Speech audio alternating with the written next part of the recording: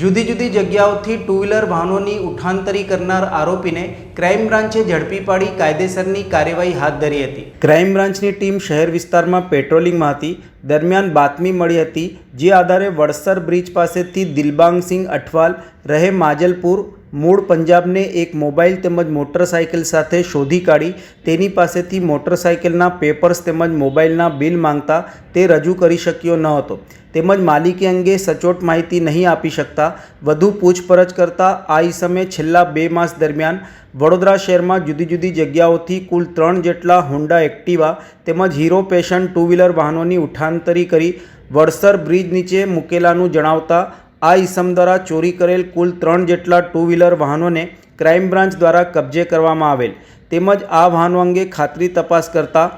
આ આરોપી દ્વારા ચોરી કરેલ ટુ વ્હીલર વાહનો અંગે વડોદરા શહેરના જેપી રોડ, ગોત્રી અને કપુરાઈ પોલીસ સ્ટેશનમાં કુલ 3 ગુનાઓ નોંધાયેલ હોય, જેથી આ તમામ પોલીસ સ્ટેશનને આ પકડાયેલ આરોપી તથા કબજે કરેલ વાહનો અંગે જાણ કરી આગળની વધુ તપાસ માટે સોંપવાની કાર્યવાહી કરવામાં આવી હતી।